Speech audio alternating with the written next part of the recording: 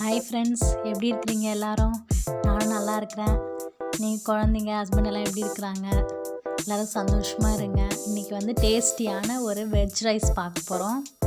நல்லா செம்ம டேஸ்ட்டாக இருக்குங்க. இது செஞ்சு பார்த்துட்டு கமெண்ட் பண்ணுங்கள் எல்லோரும் எப்படி இருந்துச்சுன்னு சொல்லிட்டு. தேவையானதெல்லாம் காட்டியிருக்கேன் பாருங்கள். இல்லை வெங்காயம், தக்காளி, பட்டை, லவங்கம், பிரிஞ்சி இலை, அப்புறம் கடல் பாசி, இது எல்லாமே தேவையானது. நல்லா எண்ணெய்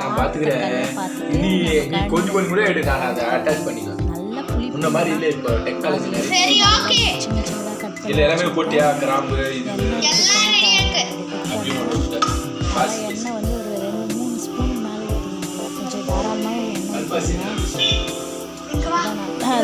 எவ்வளோ எண்ணெய் ஊற்றணுமோ அவ்வளோ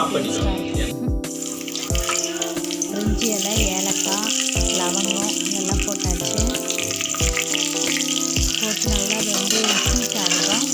ஹீட் ஆனோடனே நெக்ஸ்ட்டு வந்து நம்ம இஞ்சி பூண்டு பேஸ்ட் பண்ணி வச்சுருக்கோம், அதுவும் ரெடியாக வச்சுக்கோங்க. இஞ்சியை நிறைய போடப்போ நமக்கு வந்து நல்ல ஒரு ஃப்ளேவர் கிடைக்கும், இந்த ரைஸ்க்கான ஃப்ளேவர். அதுவும் கடல் பாசி கண்டிப்பாக போடுவோம். கடல் பாசி போட்டால் தான் அந்த பிரியாணி டேஸ்ட்டே வந்து நம்ம வெஜ் ரைஸில் அவ்வளோ டேஸ்ட்டாக அப்படின்ற வெங்காயத்தை போட்டுட்டு நல்லா கலர் டார்க் கலராக வரைக்கும் நல்லா வதக்கிட்டே வெங்காயத்தை எடுத்து நல்லா பொங்கி வருது. இது வந்து நம்ம நிலத்தில் இருந்த கடலில் நல்லா காஞ்சி அரைச்சியில் கலக்கணும். அந்த எண்ணெய் வந்து ஃப்ரை பண்ணிகிட்டே இருக்கோம். ஃப்ரை பண்ணி முடிச்சுன்னா அடுத்து வந்து தக்காளி போடணும்.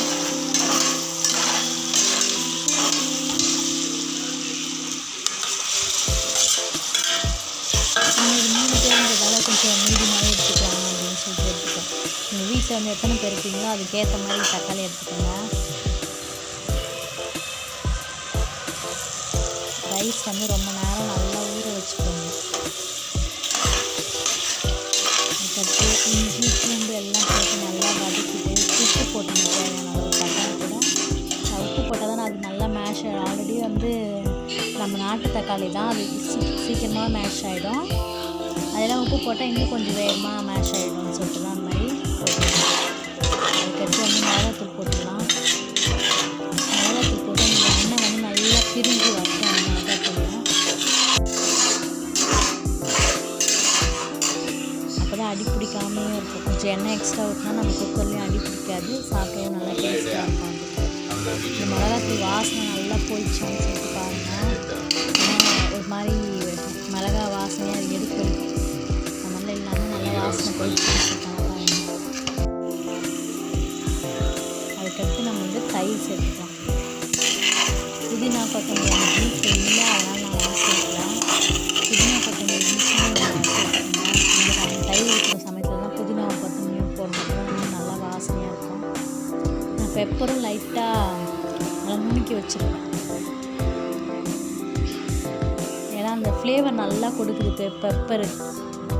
கரம் மசாலா போடாமே கூட நீங்கள் வெறும் மிளகாத்தூள் போட்டுட்டு பெப்பர் போட்டு பாருங்கள், ரொம்ப நல்லாயிருக்கும். இது நம்ம சேனல் நிறைய பேர் பார்க்குறீங்க, ஆனால் யாருமே சப்ஸ்கிரைப் பண்ண மாட்டீங்க. நான் பேசின ஏதாச்சும் ஒரு விஷயமாவது உங்களுக்கு பிடிக்குங்க, ப்ளீஸ் சப்ஸ்கிரைப் பண்ணுங்கள், சப்போர்ட் பண்ணுங்கள். எனக்குமே ஒரு என்கரேஜ்மெண்ட்டாக இருக்கும்.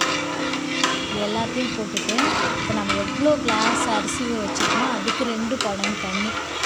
உங்களுக்கு அது மாதிரி ஊற்ற தெரியல, மடங்கு தண்ணி ஊற்ற தெரியலன்னா நீங்கள் வந்து உங்களுடைய தண்ணி ஊற்றிடுங்க. அரிசியெல்லாம் போட்டுட்டு தண்ணி ஊற்றின உடனே நம்மளுடைய விரல் இருக்கு இல்லையா, அந்த விரல் ஃபுல்லாக உள்ளே மூழ்கணும். அந்த மாதிரி வந்து தண்ணி இருக்கான்னு சொல்லிட்டு விரல் வச்சு கூட செக் பண்ணி பார்த்துக்கோங்க.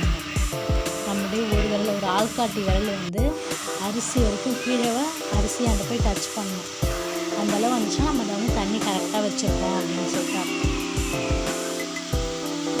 ஸோ இந்த ஸ்டேஜில் லெமன் இருந்துச்சுன்னா லெமனை கட் பண்ணி விட்டுட்டா நம்மளுடைய ரைஸ் வந்து நல்லா உதிரி உதிரியாக இருக்கும்.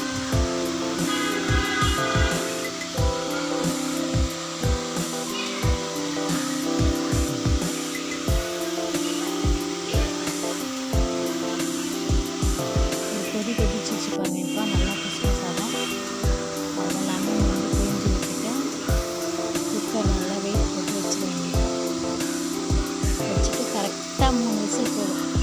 சாதமும் அடி பிடிக்காது, நமக்கு சாப்பிட்றதுக்கு ரொம்ப நல்லாயிருக்கும். கிச்சன் டைல்ஸ் இந்த மாதிரி காஃபி நிறைய இருக்கும். நான் எப்பவுமே சமைக்கும்போது இந்த மாதிரி காஃபி மக்கு இதெல்லாம் பார்த்துட்டே சமைப்பேன். சரி இன்னும் நல்லா இருக்கும்னு தோணுச்சு, அதனால் இதை எடுத்து வச்சேன். இந்த காஃபி மக்ஸ் எல்லாம் பாருங்கள், இந்த மாதிரி சமைக்கும்போது பார்த்துட்டே சமைச்சா அப்படியே ஒரு காஃபி குடிச்சிட்டே சமைக்கிற மாதிரி ஒரு ஃபீலாக இருக்கும். உங்களுக்கும் இது பிடிச்சிருக்குன்னு நினைக்கிறேன். ப்ளீஸ் சப்ஸ்கிரைப் பண்ணுங்கள்.